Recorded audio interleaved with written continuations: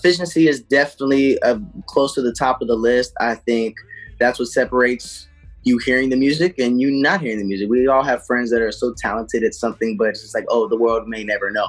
You know what I'm saying? And that is the persistence of getting these records done. It's very, so when it comes to my process and how I learn from people, I would attest to Harvey Mason and Damon Thomas that were part of the Underdogs. They were a production team. They're out here in LA.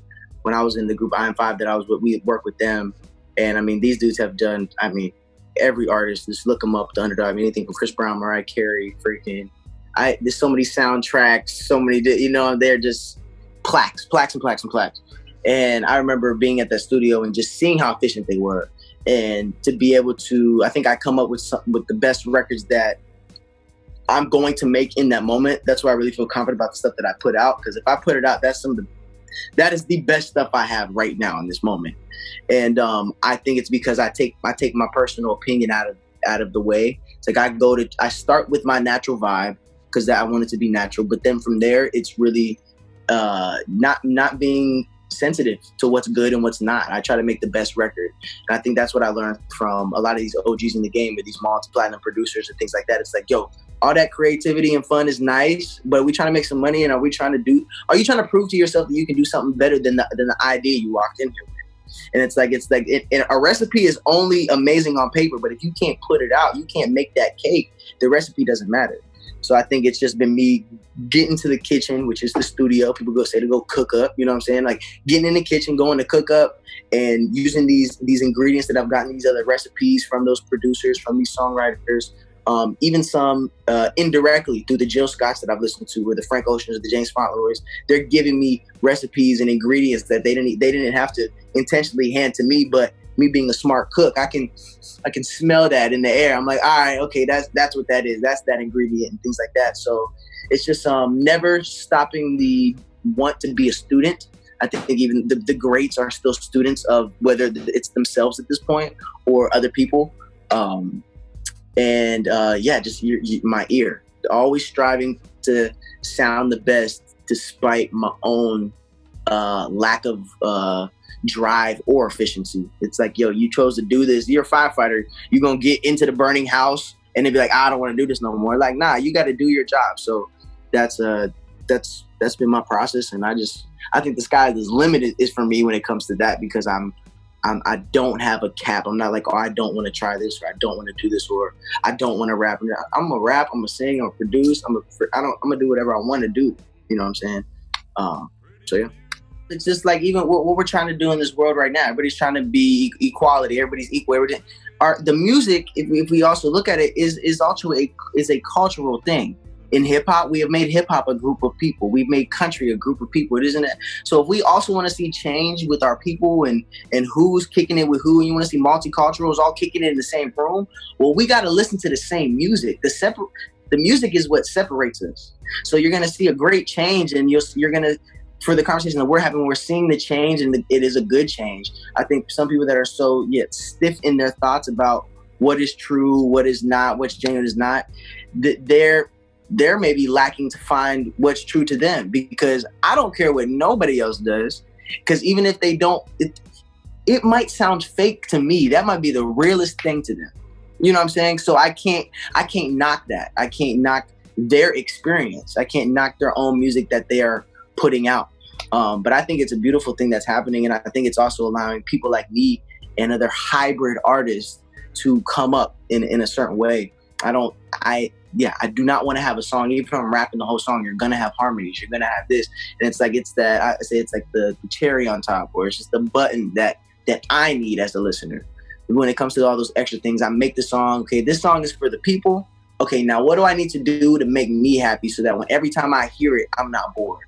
And that's kind of why the closer you get to me as a fan, you know, say even the people that are my closest supporters, I realize that they have those kind of epiphanies, and they go on IG Live, or they make things like, oh my God, like Dana is crazy. Like he actually put this in the song. And like I've listened to the song 20 times and I'm still finding something new in it. And it's not just a made up thing and say, why am I, bored of this song? People are legitimately tapped in, and big thing I'll just put as a little key to my thing, which I picked up from Jill Scott, is like matching the right word with the melody that you have is so, it doesn't have to be a key thing, but if you can line it up specifically, I think that's one of the most magic things. And also just a tip for songwriters, even something that I continuously to do, is realize what's fun to say out of your mouth. You know what I'm saying? Like that's what, if you want people to sing along to your songs, it has to feel fun coming out of their mouth. Missy Elliott, that's what all her records are. Nah, we're never, that's just fun to do. So it's just little things like that. And I'm still, like I said, I'm still learning myself, but the genre thing, I'm very excited for the future of music because people aren't going to be able to hide. Everybody's going to finally be okay with listening to everything, seeing multiple races of people in a room, we're getting to a point where people are going to be uncomfortable knowing that that is not their life. And I think it's going to open up a lot of opportunity just for unity. And honestly, this whole theme of this year, that is unfortunate that we're just saying the theme of this year, that should be the theme of eternity, and that we continue to do is communicate and just come together. And the more that you realize that you are so much your own person, that's what makes you like everybody else, then we'll be good. But it's up to us as the musicians and as the entertainers to let the masses feel comfortable to do that. So if we don't merge our genres, if we don't merge our groups, if we don't merge our casts on TV shows, the rest of the world is not going to feel comfortable doing that, because that's what they watch, that's what they hear, and that's what they see. You can mirror them. You can mirror them. So it's like we can't be so much like, oh, this is only music. Okay, but you want white people to help us out, but we're not gonna let them into our music. Okay, they're not gonna help us. You know what I'm saying? It's those types of things. I think a lot of times that I've even realized, even when you are fighting for something good, you have to realize the negative that immediately goes on. If I say, oh my God, I only like water.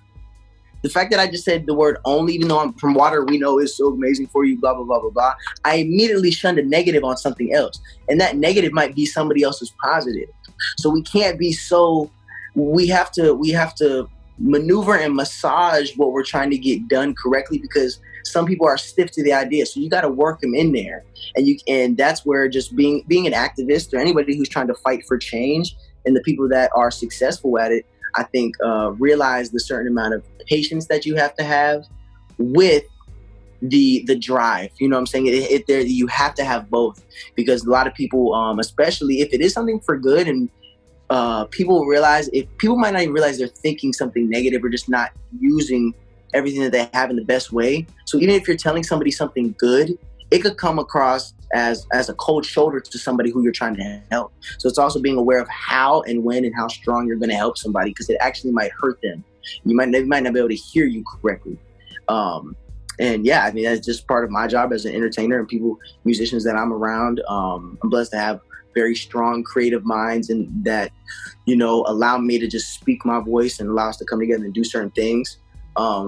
But yeah, I like this dialogue that we're having. I actually want to have it with a couple other people and artists and things like that, to see if we can continue to, push that agenda forward. Because I think we're only going to all benefit from it. Also, a lot of people that you said are purists in some genres are mad that the market isn't as big. So you have to then adjust yourself. This is like, okay, if you're not happy here, then adjust it and sit and pay homage to the people that are here and do it. It's like, it's so many rap artists go pop, and we're not really mad about it. But now hip hop is pop, and why is that? It's because the people have decided that it's now pop. So is the artist the messed up one, or is your audience purist changing? Your audience is changing. So if you're not going to change with your audience, just realize your audience might be smaller, and be okay with it.